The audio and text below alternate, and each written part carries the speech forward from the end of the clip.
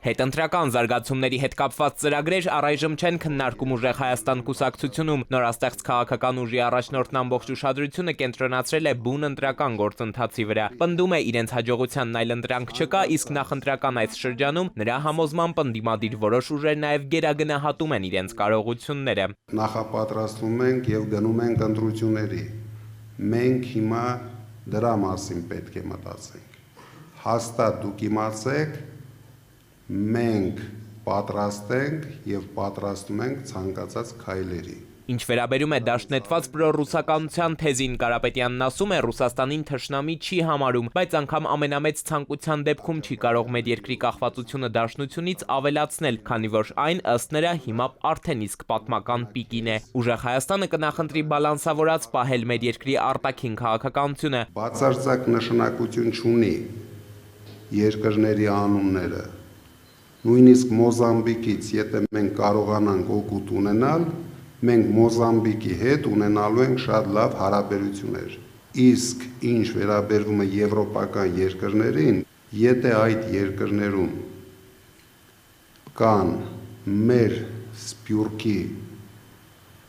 մարդիկ, մենք նույնիսկ պարտավոր ենք ամեն ինչ անել, ունենալ այդ երկրների հետ լավ հարաբերություն։ Հայաստան եվրաինտեգրման օրենքը Ուժեղ Հայաստանը չի չեղարկի, թեպետ Կարապետյանն իրատեսական չի համարում, որ մի օր մեզ կընդունեն եվրաընտանիքում։ Մնալով տարածաշրջանում առանց պատմական արդարության պահանջատիրությունից հրաժարվելու Թուրքիայի հետ հարցերը կկարգավորեն։ Թուրքիայի հետ մենք ունենալու ենք նորմալ հարաբերություն, բայց Հայաստանի շահերից ելնելով։ Նույնիսկ Հայաստանի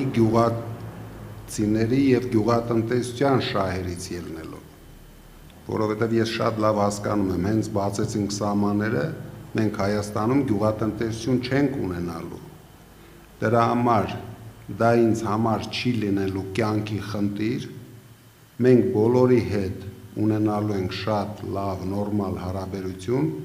բայց ելնելով Հայաստանի եւ հայ ժողովրդի շահերից։ Շնորհակալություն։ Ոչինչ չի մոռացվելու։ Այն խաղաղությունը, որը գործող իշխանությունն է Հայաստանին բերել, Սամվել Կարապետյանի համոզմամբ չի բավարարելու մեր ժողովրդին, այն արժանապատիվ չէ։ Մեզ պետք են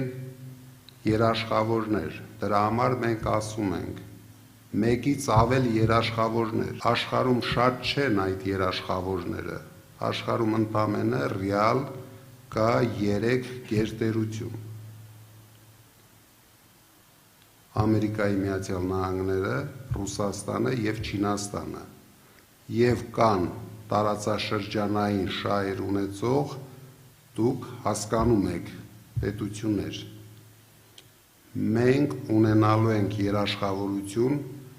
այդ պետություններից։